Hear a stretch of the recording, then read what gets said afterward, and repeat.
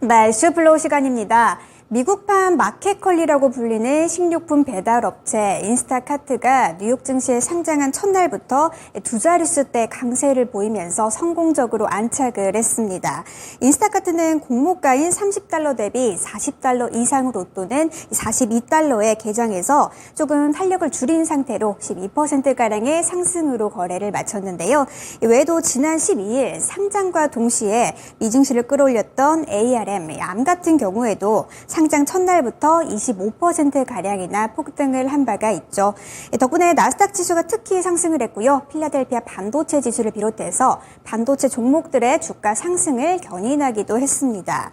이렇게 최근 하반기 IPO 대어로 꼽히는 종목들이 성공적으로 안착을 하면서 미증시뿐만 아니라 국내 증시에서도 하반기 IPO 종목들에 대한 관심이 높아지고 있는데요.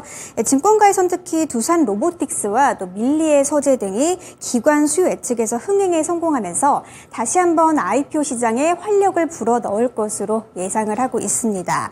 일단 가장 먼저 지난해 IPO 시장의 한파로 한 차례 상장을 철회하고 연기했던 이 밀리의 서재, 이번에 다시 도전을 합니다. 희망 공모가의 최상단인 23,000원에서 공모가를 형성을 했고요. 일주일 뒤에 상장이 될 예정입니다. 그리고 많은 분들이 지금 가장 많은 관심을 갖고 계실 두산 로보틱스부터 또 보도록 하겠습니다. 어제 기관 투자자 수요 예측이 끝났고요. 희망 공모가의 최상단인 26,000원에서 공모가를 확정을 했는데요. 내일부터 모레 청약을 거쳐서 다음 달인 10월 5일에 코스피 시장에 상장할 예정이라고 합니다. 그리고 글로벌 인플루언서 플랫폼 기업인 레뷰 코퍼레이션 같은 경우에도 희망 공모가 상단인 13,200원을 웃도는 15,000원에서 공모가를 확정했다고 하는데요. 어제와 오늘 청약을 거친 뒤에 10월 6일에 상장할 예정입니다. 그리고 반도체 장비 기업인 IMT 같은 경우에도 희망 공모가 상단이 12,000원이었는데 기관 투자자 수요가 몰린 덕분에 공모가를 14,000원으로 확정을 했고요. 다음 달인 10월 10일에 상장을 할 예정이라고 합니다. 이렇게 하반기 IPO 시장에 대한 열기가 뜨거운 만큼 새롭게 시작이 될 IPO 슈퍼위크에 대한 관심도 더 크게 높아지고 있는데요. 그중에서도 가장 많은 관심을 받고 있는 건 아무래도 두산 로보틱스겠죠. 여기서 오늘의 이슈까지 함께 보시죠. 네, 오늘의 이슈입니다. 네, 열기가 너무 강해서 이렇게 청약 사칭 주의까지 띄웠다고 합니다. 과연 어떠한 내용일지 김영일 전문가와 두산 로보틱스에 관해서 함께 만나보시죠. 네, 사칭주의, 폭발적인 인기를 이제 보여주고 있는 두산 로보틱스 상장과 관련된 부분 오늘 다뤄보도록 하겠습니다. 생각해보니까 어제나 그때쯤 이 두산과 관련된 종목 상담도 많이 들어오던 것 같은데 겸사겸사 이러한 관심도가 나오는 것 같습니다. 김영일 전문가 만나보죠. 안녕하십니까? 네, 김영일 전문가 안녕하십니까? 네, 반갑습니다. 김영일 전문가입니다. 네. 자, 오늘은 두산 로보틱스와 관련된 폭발적인 인기다라는 그런 제목을 달아봤는데요. 세 가지 플로우로 좀 자세하게 보도록 하겠습니다. 자, 두산 로보틱스 이제 코앞입니다. 기관 수요 폭발, 청약 열기도라고 써놨습니다. 자, 굉장히 인기가 좋은데요. 그리고 관련주들 흐름, 그리고 투자 전략까지 알아보도록 하겠습니다. 우리 개인 투자자분들께서 IPO로 관련해서 제일 관심이 있는 게 두산 로보틱스가 아닐까 생각하는데요. 첫 번째 플로우부터 설명 부탁드립니다. 네, 일단은 두산 로보틱스 이 IPO에 대해서 지금 이제 계속해서 기대감이 커지고 있는 상황입니다. 그러면서 지금 이제 이러한 기대감들이 로봇주로 또 같이 퍼질 수 있지 않을까라는 기대감이 어느 정도 생겨나고 있는 것 같아서 두산 로보틱스에 대해서 한번 이야기를 해보도록 하겠습니다.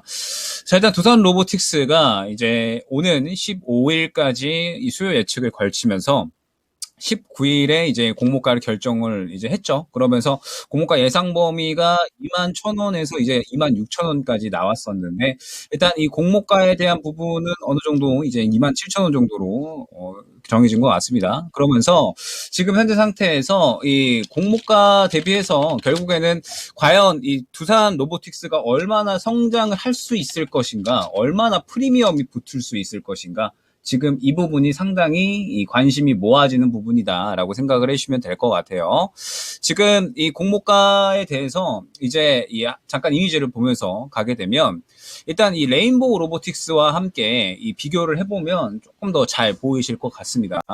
지금 레인보우틱스의 매출과 영업이익 대비 현재 시총, 그 다음에 두산 로보틱스의 매출과 그 다음에 영업이익 대비 실적, 시총 이러한 부분들이 지금 표로 나타나고 있다라고 보시면 될 것 같은데, 레인보우 로보틱스 같은 경우에 매출이 69억 수준에 그 다음에 영업이익이 마이너스 233억 정도로 상반기에 실적이 형성이 되어 있습니다. 그런데 시총이 4조가 넘어가는 금액이죠. 약 한 296배 정도의 프리미엄이 붙어 있는 상태다라고 보시면 될 것 같습니다.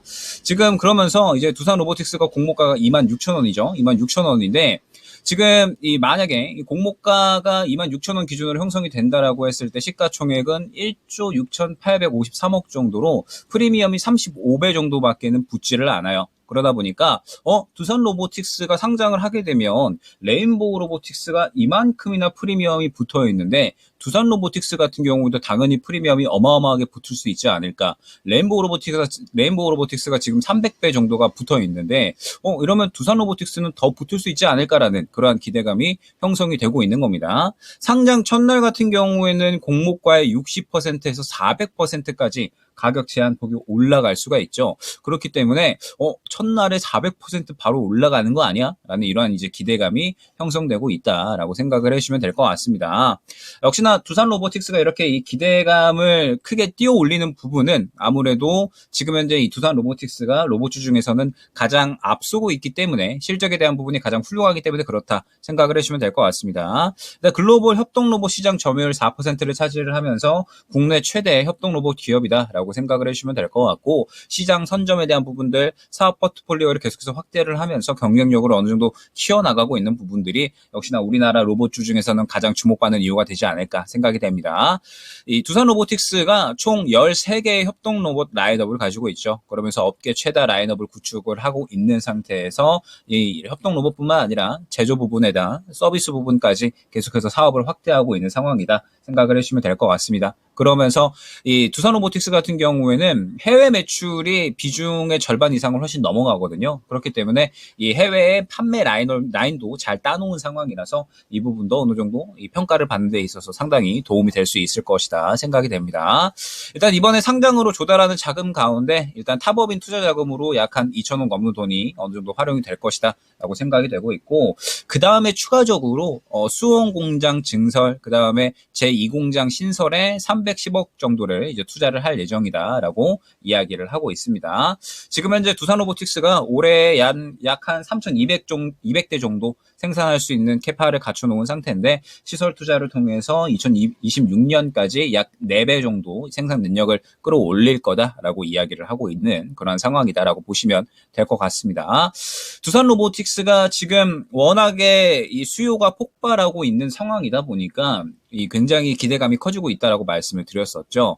일단 이 노르웨이 국부펀드 같은 경우에 지난해에 운용 자산 규모가 약 한 1조 4천억 달러에 단 세계 최대 국부펀드인데, 이 노르웨이 국부펀드에서 마찬가지로 투자를 했다라는 점. 그 다음에 뭐 싱가포르에서도 GIC, 운용 자산이 900조 원에 달하는 그러한 이제 운용사인데 여기서도 투자를 했다라는 점. 그 다음에 세계 최대 운용사인 블랙록 같은 경우에도 두산 로보틱스에 투자를 했다라는 점. 즉 이러한 부분들을 봤을 때 이 어마어마한 규모의 운용사들도 지금 두산 로보틱스를 다 투자를 하고 있는 그러한 상황이거든요. 그렇기 때문에 두산 로보틱스가 지금 이만큼의 이 기대를 받는 부분은 어떻게 보면 당연하다라고 봐야 될 것 같습니다. 해외 내노라 하는 운용사들도 지금 싹 다 이 두산 로보틱스로 투자를 하고 있고, 국내 투자자들도 가장 어떻게 보면 이번 IPO에 또 관심이 크게 가져지는 만큼 이번 두산 로보틱스의 이 IPO가 과연 이 로봇주들에 대해서 어떻게 이 또 투심을 개선시키는지는 한번 계속해서 지켜봐야 될 필요가 있지 않을까 생각이 됩니다.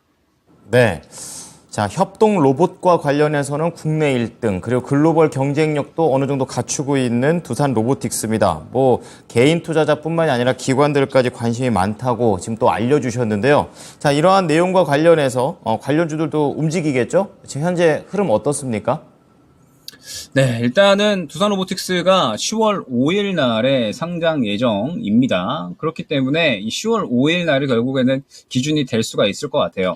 저는 여기서 이제 주목을 해야 될 부분은 사실 개인 투자자가 두산 로보틱스를 공모를 많은 양을 하기에는 조금은 이제 어려움이 있다라고 생각을 합니다. 그렇기 때문에 저는 조금 더 다른 부분에 주목을 해서 로봇주들이 과연 어떻게 이제 투심이 형성이 될 것인가 이 부분을 한번 주목을 해보고 싶거든요. 일단 두산 같은 경우에는 두산 로보틱스가 상장을 한다라는 부분에 대해서 기대감이 형성이 됐다가 두산 로보틱스가 이제 상장이 곧 다가오니까 당연히 차익 실현이 나올 수밖에 없겠죠. 두산은 이제 이 로봇주에서 잠시 밀어놓고 두산 로보틱스로 갈아타야 되는 시기가 온 겁니다. 그러면서 최근에 레인보우 로보틱스, 뉴로메카, SPG, SBB 테크 등등 이 협동 로봇이나 감속기 쪽에서 상승이 많이 나온 모습을 확인할 수가 있거든요. 지금 보게 되면 레인보우 로보틱스나 뭐 뉴로메카, 그다음에 SPG 이러한 이제 종목들이 최근에 상승이 상당히 좀 잘 나왔었는데 아무래도 서비스 로봇이나 자율주행 로봇을 시장에서 이 매출이 협동 로봇보다는 상대적으로 좀 덜 나올 수밖에 없겠죠. 빠르게 끌어올려주지 않을 것이기 때문에 그리고 또 두산 로보틱스 같은 경우에 협동 로봇에 대한 모멘텀을 가지고 있기 때문에 시장은 협동 로봇 쪽에 조금 더 집중을 했다라고 생각을 해주시면 될 것 같습니다. 다만 지금 상황에서 보게 되면 뭐 대장으로 이야기를 하도록 할게요. 레인보우 로보틱스가 그동안의 가장 대장이었으니까 레인보우 로보틱스를 수급을 보면서 이야기를 해보면 지금 현재 상황은 이렇다라고 보시면 될 것 같습니다. 저점에서 한 차례 수급 유입되고 두 차례 수급이 유입됐죠. 그리고 이 수급을 기반으로 해서 쭉쭉쭉쭉쭉 상승이 나오다가 고점 24만 원 부근에서 차익 실현이 계속해서 나오고 있는 상황이다 라고 보시면 될 것 같습니다. 그러면서 지금 현재 21선에 걸쳐 있는 모습을 확인을 할 수가 있죠. 그럼 지금 현재 중요해진 부분이 무엇이냐라고 했을 때 과연 여기에서 지지하면서 다시 반등이 나오고 그러면서 10월 5일 날에 두산 로보틱스가 어느 정도 쭉쭉쭉 상승이 나온다라고 했을 때 과연 다른 로봇주들도 수급이 유입이 될 수 있을 것인가 이 부분이 결국에는 중요할 것 같습니다. 어찌됐든 두산 로보틱스는 협동 로봇 쪽에 모멘텀을 보유를 하고 있는 종목이기 때문에 협동 로봇 쪽에 관련된 종목들이 움직임이 나올 수 있다라고 생각을 해주시면 될 것 같은데 두산 로보틱스가 이제 시나리오로 좀 3개 정도를 그려볼 수가 있겠죠. 두산 로보틱스에 대한 기대감이 사실 너무나도 큰 상황이거든요. 너무나도 기대감이 큰 상황이기 때문에 공모가 최대치까지 그러니까 약 400%까지 상승이 만약에 안 나온다라고 하면 그러면 기대감 소멸로 시장이 받아들일 수 있습니다. 그러면 두산 로보틱스 자체로는 그래도 어느 정도 상승이 나올 수 있겠지만 로봇주 전반적으로는 투심이 퍼지지 않을 가능성을 생각을 해야 되고요. 그 다음에 반대로 두산 로보틱스의 굉장히 수요가 폭발하면서 400%까지 바로 따상을 가버린다라고 하면 이 부분이 또 전반적으로 로봇주들에 퍼질 수가 있습니다. 분위기 자체가. 그러면 로봇주들이 투심이 전체적으로 개선이 되면서 수급이 다시 한번 강하게 유입이 될 수가 있다라는 거거든요. 그러면 이제 이 부분을 염두를 해줘야 될 것 같은데 결국에는 수급을 동반하면서 올라갈 수밖에 없습니다. 만약에 뭐 다른 로봇주들도 그렇지만 레인보우 로보틱스가 대장이었으니까 예를 들어서 레인보우 로보틱스가 일전에 이 정도의 수급이 들어갔었는데 다시 한번 그 정도만큼의 수급이 들어가 준다라고 하면 투심이 개선이 되면서 다시 한번 또 쭉쭉쭉 올라갈 수가 있는 거거든요. 그렇기 때문에 만약에 로봇주 전반적으로 투심이 개선되면서 다른 종목군들에도 수급이 이처럼 큰 폭으로 들어가 준다라고 하면 로봇주도 추가적으로 10월 달에는 트레이딩 할 수 있는 구간이 나와 줄 것이다 라고 생각을 합니다. 지금 현재 시장이 결국에는 이제 중요한 건 오늘 FOMC에 대한 결과가 중요하겠죠. 뭐 투자 전략에 이어서 말씀을 드리겠지만 FOMC 이후가 결국에는 또 우리에게는 중요한 구간이 될 거기 때문에 일단은 지금 현재 상태에서 로봇주들이 FOMC 이후에 접근할 수 있을 만한 모멘텀을 보유를 하고 있다라는 점. 그러면서 시나리오를 2가지 정도 이제 그려놓고 그 시나리오에 따라서 접근할 것인지 말 것인지를 결정을 해보시면 좋을 것 같습니다. 네. 자, 결국에는 두산 로보틱스가 로봇주의 분위기를 살릴지 말지 이게 포인트인 것 같습니다. 자, 마지막으로 이 로봇 관련주들 투자 전략 정해 주시죠. 일단 두산 로보틱스가 IPO를 흥행할 것이다. 이 부분은 어느 정도는 보장된 부분인 것 같아요. 워낙에 지금 공모가 쏠리고 있다 보니까 뭐 IPO가 흥행할 것이다라는 부분은 어느 정도 예정된 부분인 것 같고 우리 개인 투자자들이 많은 물량을 공모로 받기는 어렵기 때문에 결국에는 로봇주 전반적으로 투심 개선 효과가 나오는지 요거를 좀 봐야 될 것 같습니다. 자, 그러면 말씀드렸듯이 로봇주들은 전반적으로 다시 한번 수급이 유입되어야 되는 상황이에요. 차액 실현이 지금 꽤나 큰 물량으로 나왔기 때문에 다시 한번 수급이 유입되어야 되는 상황인 건데 10월 5일 날에 시나리오가 두 가지가 있다라고 말씀을 드렸죠. 공모가 성공적으로 되고 상장하고 나서 수급이 또 매우 쏠리게 되면서 두산로보틱스가 따상을 가버릴 경우에 로봇주 전반적으로 투심이 개선될 경우, 그 다음에 생각보다 이 따상이 나오지 않고 상승폭도 덜 하면서 이 기대감 소멸로 받아들여진다라고 하면 로봇주 전반적으로는 흐름이 들어가지 않을 수 있습니다. 다만 그러한 부분들은 결국에는 수급으로 티가 날 수밖에 없다라고 말씀을 드렸죠. 수급이 강하게 들어가게 되면 결국에는 이 단기 주도주로 로봇주가 하락할 가능성이 있다라는 거거든요. 그러면서 언급을 드렸던 부분이 결국에는 FOMC가 오늘 지나가게 되면 FOMC에 따라서 방향성이 또 나뉘게 될 겁니다. 지금 계속해서 금리를 올릴 것인가 아니면은 더 이상 금리를 올리지 않을 것인가, 이러한 부분들이 이야기가 계속해서 주고받고 있는 상황이에요. 주고받고 있는 상황이기 때문에 말씀드렸듯이 예측의 영역이 아니다라고 말씀을 드렸죠. 예측의 영역이 아니라 지금은 확인하고 그 다음에 다리를 건너가야 될 시기다 말씀을 드렸었습니다. 그렇기 때문에 지금 현재 상황에서는 FOMC 이후에 방향성을 어느 정도 볼 필요가 있다라는 점. 그러면서 우리에게 중요한 건 결국에는 추석 이후가 될 텐데, 추석 이후를 봤을 때 시장이 하락으로 가든 상승으로 가든 결국에는 개별주 종목 장세는 이어질 수밖에 없거든요. 불확실성은 어느 정도 소멸이 되면서 그 FOMC 결과에 따라서 상방으로 가든 하방으로 가든 결과가 나오게 될 텐데, 불확실성이 해소가 된 상황에선 결국에는 개별주에 대해서는 계속해서 상승이 나올 수밖에 없습니다. 그러면 개별주가 상승이 나온다라고 했을 때 이 로봇주들이 어떻게 보면 또 모멘텀을 어느 정도는 보유를 하고 있다라는 점, 그리고 그 모멘텀에 따라서 수급이 만약에 쏠리게 되면 또 우리가 10월 달에 개별주 종목 장세가 펼쳐진다라고 했을 때 접근해야 되는 종목군 중에 하나가 되는 거니까, 일단 두산 로보틱스의 상장일이 10월 5일이고 그 10월 5일 날에 이 두산 로보틱스의 또 수급이 얼마나 쏠리느냐에 따라서 로봇주들의 또 수급이 어떻게 진행이 되는지, 그러면서 단기 주도주로 하락을 하는지 아니면 기대감 소멸로 마무리가 되는지, 이러한 부분들을 계속해서 지켜보면서 FOMC 지나고 추석 지나고 10월 달이 결국에는 중요한 상황이기 때문에 최대한 이 10월 달에 맞게끔 전략을 꾸려 나가는 게 중요하다라는 점. 그러면서 개별 종목 장세는 계속해서 펼쳐질 거니까 각 종목군들에 맞게 이 수급이 가장 대장으로 움직이는 종목이 또 어떤 종목이 있는지를 계속해서 지켜볼 필요가 있을 것 같습니다. 네, 자 계속해서 개별주를 잘 골라야 되는 그런 상황과 관련된 전략을 짜 주셨습니다. 오늘 내용 잘 들었습니다. 네, 감사합니다. 네, 이슈플로우 김영일 전문가였습니다.